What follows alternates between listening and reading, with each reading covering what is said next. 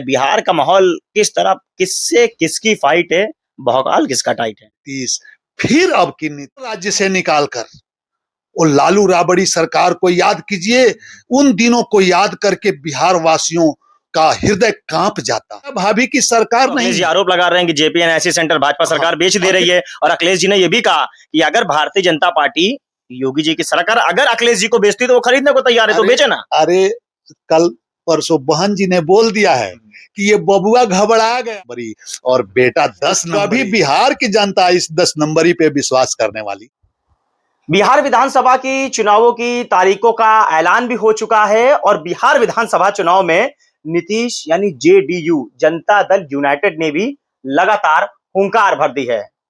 दरअसल बिहार में विधानसभा के चुनाव होने हैं, और ऐसे में तमाम सारी पार्टियों ने भी अपनी तैयारी शुरू कर दी है। और इस बार नीतीश कुमार का यह दावा है 25 से 26 यानी फिर से एक बार नीतीश की सरकार, ऐसा जेडीयू के नेता लगातार हुंकार भर रहे हैं, ताबड़तोड़ रैलियां कर रहे हैं, और अभी तो रैलियों का आगाज शुरू ही हुआ है।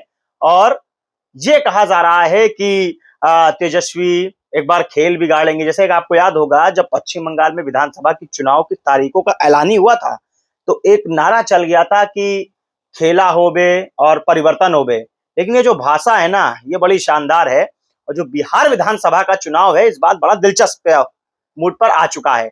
हमारे साथ जनता दल यूनाइटेड के प्रवक्ता हैं कुंवर अजय सिंह साहब। सर, बिहार में विधानसभा चुनाव की अब तो तारीखों का ऐलान हो गया है, नीतीश जी लगातार रैलियां कर रहे हैं, जनसभा अब उन्होंने शुरू कर दी है, तो क्या लग रहा है बिहार का माहौल किस तरह किससे किसकी फाइट है, भौकाल किसका टाइट है। देखिए, बिहार में किसी तरीके का कोई फाइट है ही नहीं है। बिहार में विपक्षी दल वालों ने वॉक ओवर दे दिया है। पहले कभी चुनाव आयोग पे आरोप लगाना, और कभी चुनाव न लड़ने की, चुनाव बहिष्कार करने की बात करना। ये स्पष्ट साबित कर दिया है कि बिहार में विपक्ष के पास कोई मुद्दा ही नहीं है। और मुद्दा हो भी कैसे। 20 सालों से जो माननीय नीतीश जी ने बिहार की चहुमुखी विकास किया है, बिहार की बहन बेटियों को चूल्हे चौके से निकालकर स्कूल भेजा, उच्च शिक्षा और स्वरोजगार रोजगार दिया। आज बिहार का जो विकास दर है, देश के सर्वोच्च राज्यों में अपना स्थान रखता है। बिहार की चहुमुखी विकास, बिहार में जो स्टूडेंट क्रेडिट कार्ड है, ये देश के किसी अन्यत्र राज्य में मिलना दुर्लभ है। तो बिहार की जनता माननीय नीतीश कुमार को अपने सर आंखों पे बिठा रखा है, और बिहार की जनता कह रही है कि 25 से 30 फिर अब की नीतीश। तो कहे भी क्यों नहीं, माननीय नीतीश जी ने बिहार को जंगल राज्य से निकालकर वो लालू राबड़ी सरकार को याद कीजिए।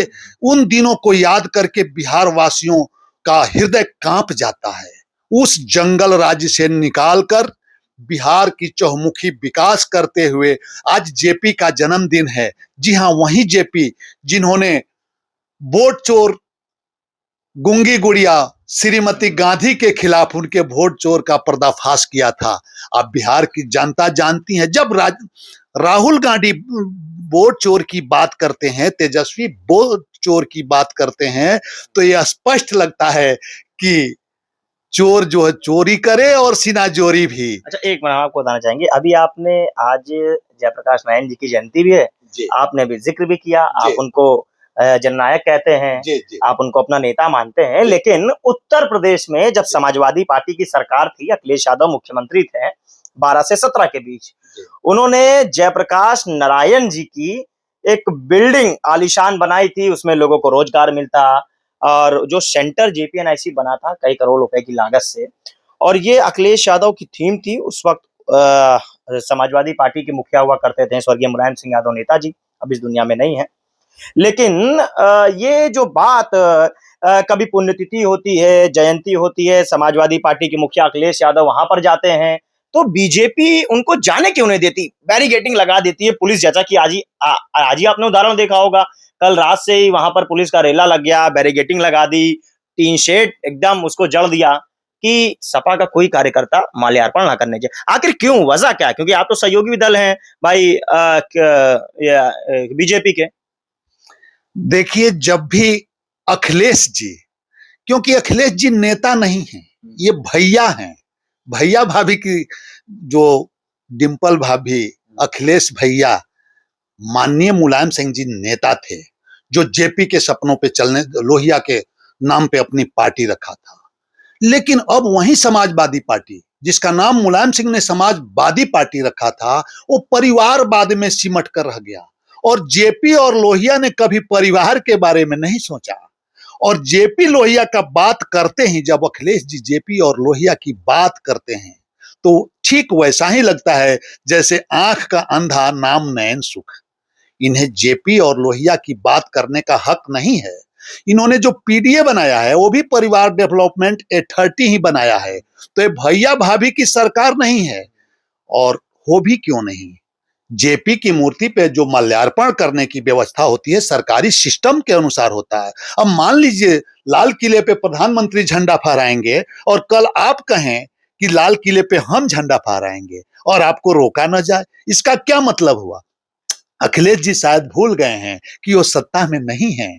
भैया भाभी की सरकार नहीं चल रही है, यहाँ जोगी की सरकार चल रही है। सबका साथ सबका विकास एनडीए का लेकिन उद्देश्य ही है। जयप्रकाश नारायण जी से इतनी दिक्कत भाजपा को यूपी में क्यों है, जैसा कि अभी आपने कहा, क्योंकि वो तो जननायक हैं समाजवादी पार्टी से। देखिए, जयप्रकाश जी से कोई दिक्कत नहीं है, उनका तो जन्मदिन मनाया जा रहा है और सार्वजनिक तौर पे मनाया जा रहा है, सरकार मना रही, सरकारी सिस्टम से मनाया जा रहा है।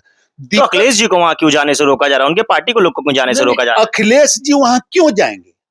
जब वो सत्ता में थे जाते थे, अब वहां सत्ता में जो मौजूद है वो जाएगा, अखिलेश जी क्यों जाएंगे वहां? हाँ, तो अखिलेश जी आरोप लगा रहे हैं कि जेपीएनआईसी सेंटर भाजपा सरकार बेच दे रही है, और अखिलेश जी ने यह भी कहा कि अगर भारतीय जनता पार्टी योगी जी की सरकार अगर अखिलेश जी को बेचती तो वो खरीदने को तैयार है, तो बेचे ना। अरे कल परसों बहन जी ने बोल दिया है कि ये बबुआ घबरा गया है, इसके बस की नहीं रही। अब यूपी के सरकार पाने के लिए सपना सुने, पीडीए की जो ये बात करते हैं, जब हार जाते हैं तब पीडीए की बात करते हैं, जब सत्ता में थे तब पीडीए की बात नहीं। बहन जी ने कहा, मैं नहीं कह रहा हूं, आप पत्रकारों के माध्यम से, चैनल के माध्यम से। मैं तो वहां मौजूद था रैली में, मैंने सुना, लेकिन मायावती ने मंच से हाँ, भाई अखिलेश जी को टारगेट किया और योगी आदित्यनाथ की तारीफ की। तो अखिलेश जी ये आरोप लगा रहे हैं कि ये रैली बीजेपी की थी, मायावती की नहीं थी। बताइए, उत्तर प्रदेश में मायावती जी से बड़ा, बहन जी से बड़ा जन समर्थन वाला कोई नेता नहीं।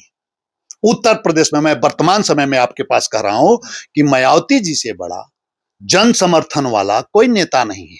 और मायावती जी को बीजेपी का बी टीम कहना कितनी बड़ी इनकी श्रृंखलता है, कितनी छोटी सोच है। बबुआ बहन जी के सामने, बुआ के सामने बबुआ फीके हैं और ये सपना देखें, बुआ आने नहीं देगी सत्ता में। अगला जब भी ये सपना देखेंगे, पीडीए के आधार पे सपना देखना चाह रहे थे, लेकिन बबुआ उस लायक नहीं है, वो नेता नहीं है, वो भैया और बबुआ ही हैं। अच्छा, बिहार में जो विधानसभा के चुनाव भाई अब तो शुरू हो चुके हैं, तो कौन से वो मुद्दे होंगे जो जेडीयू जनता के बीच ले जाएगी? सबसे बड़ा मुद्दा बिहार में सरकार के लिए चुनौती था शराबबंदी। भाई शराब तो बंद है, तो वहां पर आए दिन बहुत सारे ऐसे जिले हैं बिहार के, मैं आपको गिनाऊं, कि कहीं कच्ची शराब पकड़ी गई, कहीं शराब पीने से मौत हो गई। जब शराब बंद है तो वहां कहां से रही, सप्लाई कहां से हो रही? और ये मौत का आंकड़ा भी बड़ा था। देखिए, शराब बंदी कोई एक मुद्दा हमारा नहीं है, वो हमारे बिहार की चहुमुखी विकास में से केवल एक मुद्दा है जो महिलाओं ने माननीय नीतीश जी से मांग किया था और शराबबंदी की नीति लागू की गई थी। लेकिन वैसे कई ऐसे मुद्दे हैं बिहार की चहुमुखी विकास को लेकर के, जिस विकास को माननीय नीतीश जी 20 वर्षों से बिहार का विकास कर रहे हैं। आप देखिए ना, हर घर नल का जल, नल जल हरियाली योजना, हर घर नल का जल, हर घर बिजली। वो लालटेन युग समाप्त हो गया, जंगल राज के समाप्त होते ही लालटेन युग समाप्त हो गया। अब हर घर बिजली है, हर घर नल का जल है, हर स्टूडेंट के जेब में क्रेडिट कार्ड है, हर बहन बेटियों के पास साइकिल है, पोशाक है, वजीफा है, स्कूल जाती है, दफ्तर जाती है। अब कितनी सीट? 50% आरक्षण है बहनों की, बेटियों की, महिलाओं की। तो ये मान के चलिए कि इस बार एनडीए जो है डबल ताकत के साथ, माननीय नीतीश जी के नेतृत्व में डबल ताकत के साथ हम बिहार में सरकार बनाने जा रहे हैं, हमारी सीटें भी लगभग डबल हो जाएंगी। अच्छा, आप कितनी सीट की जीत का दावा करते हैं बिहार में? क्योंकि नीतीश कुमार इस बार अखिलेश यादव को भी रैली के लिए बुला रहे हैं, तमाम समाजवादी पार्टी के नेता वहां पर जाएंगे, रैली करेंगे। उत्तर प्रदेश के मुख्यमंत्री योगी आदित्यनाथ जाएंगे, बीजेपी के तमाम चालक नेता वहां पे जाएंगे रैली करने। क्या लग रहा है इस बार की कुछ तो सीट का लग रहा है कि क्या उम्मीद देखिए, है? चुनाव लोकतंत्र की पराकाष्ठा होती है और सभी दल अपनी पूरी ताकत के साथ चुनाव में उतरना चाहते हैं।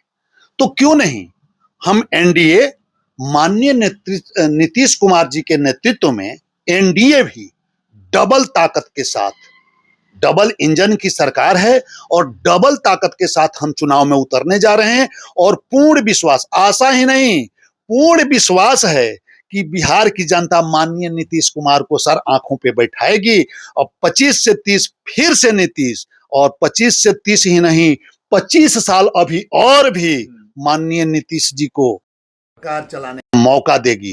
क्योंकि बिहार की जनता के लिए इन्होंने ज्योति बसु का रिकॉर्ड तोड़ने जा रहे हैं माननीय नीतीश जी। तो बिहार की जनता के सर आंखों, माननीय नीतीश जी बिहार के लोगों के लाडला हैं। और हो भी क्यों नहीं, उस जंगल राज्य से बिहार की जनता को निकालकर, अब देखिए विपक्षी दल वाले एक तरफ बिहारी अस्मिता की बात करते हैं और दूसरे तरफ बिहार को गाली देने वाला स्टालिन को बिहार बुलाते हैं।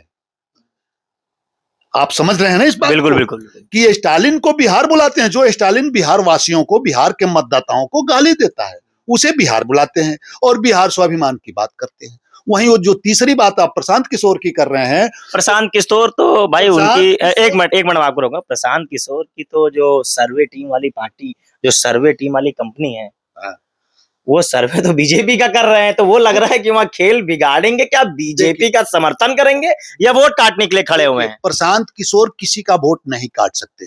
बिहार की जनता जानती है कि एक व्यापारी हैं, एक मैनेजर हैं। ये मैनेजिंग व्यवस्था तो कर सकते हैं, ये राजनीतिज्ञ नहीं हो सकते।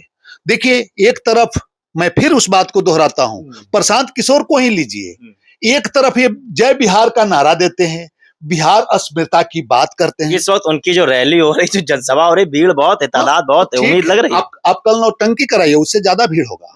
तो बिहार की जनता, मतलब आप ये मान रहे हैं कि वो नौटंकीबाज हैं? बिहार की जनता ये मान चुकी है कि जय बिहार कहने वाला, बिहार अस्मिता की बात करने वाला और बिहार के वासियों को गाली देने वाले के लिए पैसा लेकर काम करता है, ये वही प्रशांत किशोर हैं। जो स्टालिन, जो बिहार की जनता को गाली देता है, उस स्टालिन से पैसा लेकर प्रशांत किशोर उसके लिए काम करते हैं। तो बिहार की जनता, बड़ा आरोप लगा रहे हैं आप प्रशांत किशोर पर। ये स्पष्ट है, आप अपने चैनल से उसको, आप अपने सूत्रों से पता कीजिए।